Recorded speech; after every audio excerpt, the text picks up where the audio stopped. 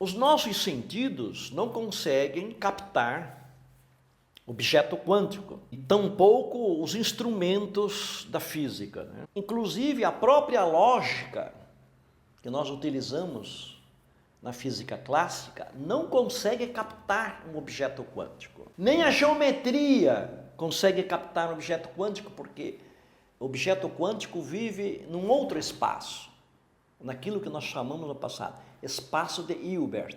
É um espaço abstrato. Nem a lógica, nem a geometria, nem a matemática consegue captar objeto quântico, porque nós vimos, né? É a matemática dos números imaginários. Então é uma coisa, a realidade quântica é uma coisa completamente esquisita. Afinal de contas, por que o objeto quântico é assim? Tão esquisito, tão abstrato, tão misterioso? Fundamentalmente por causa de duas coisas. Por causa do quantum e por causa da onda. Por causa do quantum. Nós vimos aqui quando estudamos o que é o quantum. O quantum é uma descontinuidade da realidade. A realidade não é um fluxo contínuo. A energia não é um fluxo contínuo. A substância não é um fluxo. Tudo é feito de partes menores, que são os quantum. Torna a realidade descontínua, né? Isso, quando a física utiliza essa descontinuidade do real, o mundo fica esquisito, completamente esquisito. Por causa disso é que o objeto quântico é assim tão esquisito. Segundo, por causa da sua natureza ondulatória, né? A onda, o fato de ser onda é que é um mistério. Uma onda é uma coisa misteriosa. É o ser da onda que é misterioso. Um objeto quântico é um objeto ondulatório. E aqui já nós temos um problema de ontologia, né, que estuda com o ser das coisas. E isso escapa à cosmologia, escapa à física, escapa à epistemologia, escapa à biologia.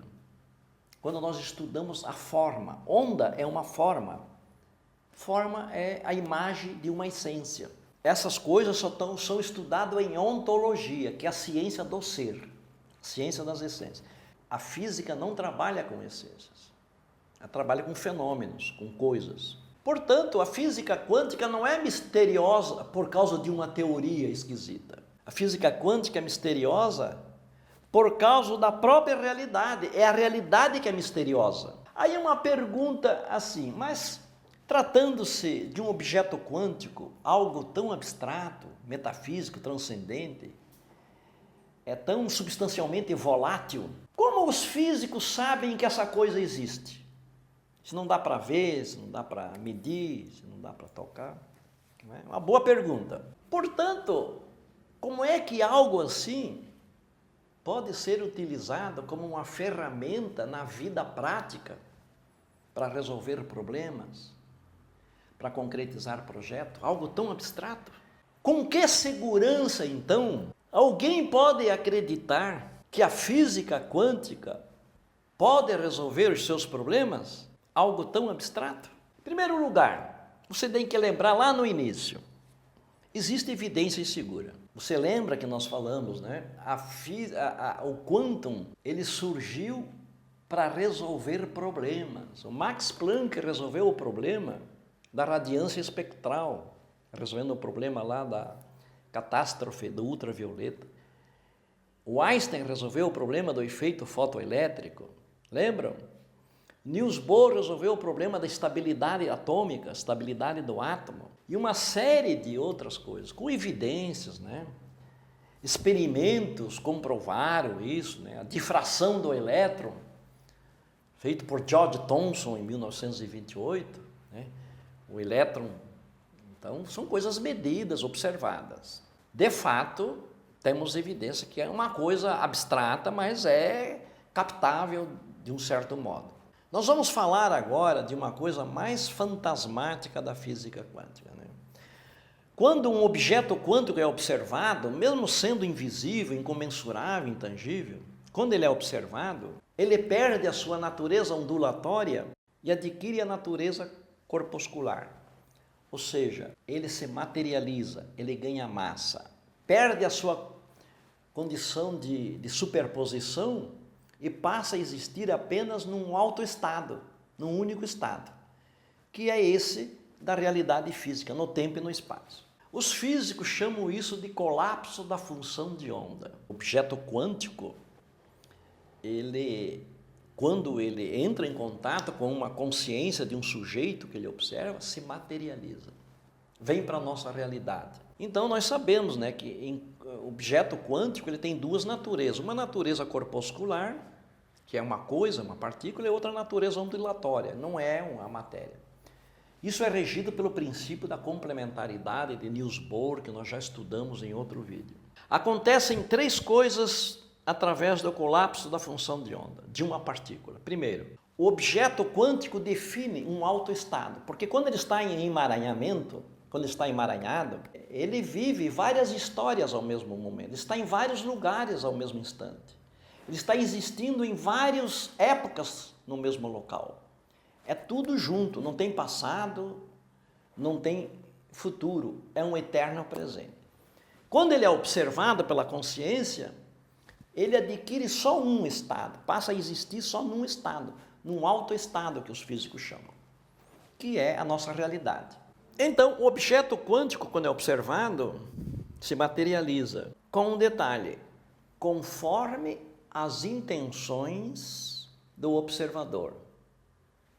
Isso aqui é muito massa. Veja bem, se a intenção do observador, do cientista, né, se o interesse do cientista é examinar a natureza material, a natureza corpuscular do objeto quântico, ele monta um equipamento de experimento, é dessa forma, então, que o objeto quântico se revela, como uma partícula. Se o interesse do cientista, do observador, é examinar a natureza ondulatória, ele monta outro equipamento de observação. E é deste modo que o objeto quântico se materializa como uma onda. Aquilo que o observador deseja observar decide qual será o resultado do experimento. Então, o resultado do experimento subordina-se à intenção do experimentador. É como se o elemento quântico dissesse assim para o observador: você decide, você quer a minha natureza corpuscular, material, ou você quer a minha natureza ondulatória quântica? A partir daí, você deve compreender que um dos grandes contributos da física quântica para a neurociência, para entender o que é a consciência, é o fato da física quântica revelar que a consciência tem o poder de criar. Ela cria a realidade. No nível mais elementar, ele cria. No nível das partículas, a mente materializa a realidade. O observador transforma-se num criador através do colapso da função de onda. Você tem o poder de criar os seus sonhos. Quando eu digo criar, é tirar o seu sonho da sua mente, do mundo da sua mente, e trazer para o mundo real. Se você tiver capacitado para isso, se você tiver café no bule, através de atitudes quânticas. Na história da ciência, nunca se cogitou, na atividade científica, de a mente das pessoas ser incorporada no processo do conhecimento. Até a física quântica, durante milênios, quando alguém estudava um objeto, o objeto e o sujeito não se tocavam, ficavam separados, não se misturavam. Mesmo que fosse um conhecimento profundo, né? O sujeito fica de um lado e o objeto fica do outro, separado. A física quântica rompe com este processo, com esta crença. Ela rompeu, porque, segundo a física quântica, para a realidade ser conhecida, para o objeto ser conhecido, é necessário que a consciência seja incluída no processo.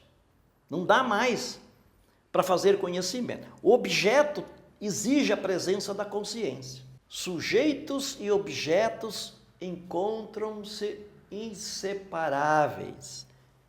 Esta é a revelação que a física quântica fez. Daí porque a física quântica, através do colapso da função de onda, torna-se uma ferramenta para você construir os seus sonhos, construir os seus projetos. Através do colapso da função de onda, você fica inseparável dos seus projetos, dos seus sonhos. São como os elétrons de valência, né? Nós temos elétrons, digamos, no hidrogênio e nós temos elétron no oxigênio. Quando essas coisas se encontram, esses elétrons da última camada automaticamente se unem, né? Fazendo a famosa ponte de hidrogênio que você estudou lá na química do 2º grau. Eles um tende para o outro. Lembra-se, a realidade subordina-se à consciência. Isso deve fazer você se lembrar de que nessa relação entre você e o seu sonho, vocês são inseparáveis.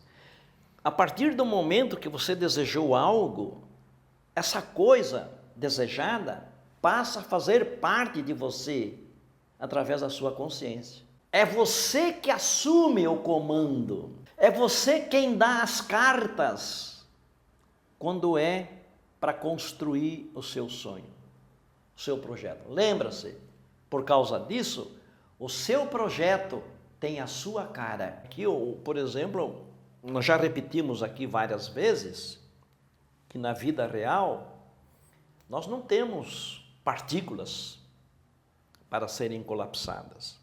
Nós temos sonhos, projetos, curas, necessidades, metas, objetivos e por aí afora. É isso que nós vamos colapsar. E essas coisas, os nossos projetos, envolvem pessoas, envolve objetos, envolve coisas, lugares, acontecimentos, dinheiro, energia, forças, fatores, são muitos fatores. E tudo isso atua no nosso projeto. Então, você entra em correlação quântica com as causas que movem esses fatores. Com causas que movem. Digamos que o teu projeto é uma padaria, uma determinada esquina, um determinado bairro, blá, blá, blá, blá. Você coloca os detalhes. Mas esta padaria, ela não existe assim. Algo produz ela, que são essas causas. E é com essas causas que você tem que fazer correlação quântica. Nós já falamos isso no vídeo passado. O agente quântico não é a padaria. O agente quântico é a causa da padaria, que normalmente é o proprietário. Então, vamos repetir o que já falamos no vídeo anterior. É com a mente do proprietário da padaria que você tem que fazer correlação quântica. Se a padaria não existe, se você vai montar uma padaria, então o proprietário da padaria é você.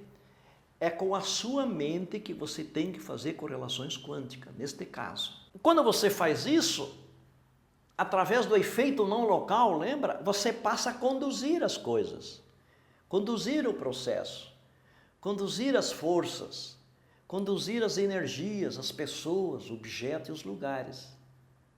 Aí é a parte criadora. Isso não é misticismo. Nós estamos falando de correlação quântica, nós estamos falando de efeito não local, estamos falando de colapso da função de onda. E logo nós vamos ver também a função de onda, que é algo importante. Você ouviu aqui que nós falamos muito na palavra observação, correto? Essa mesma palavra você vai encontrar nos textos de física quântica. Mas ela não tem o significado de observação visual. Quando nós falamos que a consciência observa um objeto quântico, ela não vê porque ele é invisível. Por exemplo, um contador Geiger. O contador Geiger é um equipamento que detecta partículas radioativas, elementos quânticos. Quando encontrar uma partícula radioativa, ele vai gritar, pip, bem alto. Quando o cientista ouve isso, ele está observando, ele observa. Por exemplo, nos aceleradores de partículas, as partículas são aceleradas, partículas massivas, né, pesadas, o núcleo delas, e elas são conduzidas a um lugar onde elas vão se encontrar em alta velocidade, que são chamadas câmaras de bolha. Quando as partículas se encontram, sai energia para tudo quanto é lado, um padrão muito complexo, espiral, reta. Nós chamamos isso de matriz de espalhamento. E existem equipamento poderosíssimo, isso é fotografado, porque na verdade esses encontros na câmara de bolha se dá no ambiente de um gás, o gás hélio. Então, essa energia, ela ioniza. Então, quando ela ioniza, ela deixa um rastro de luz e esse rastro de luz é fotografado. Então, quando o cientista olha essa fotografia da energia, ele está colapsando através de uma percepção visual.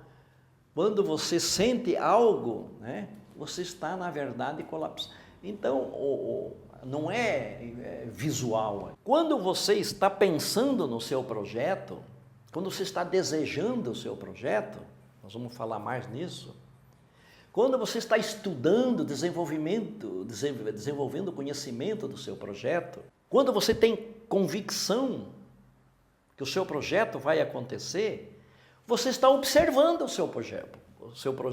Isso é observação.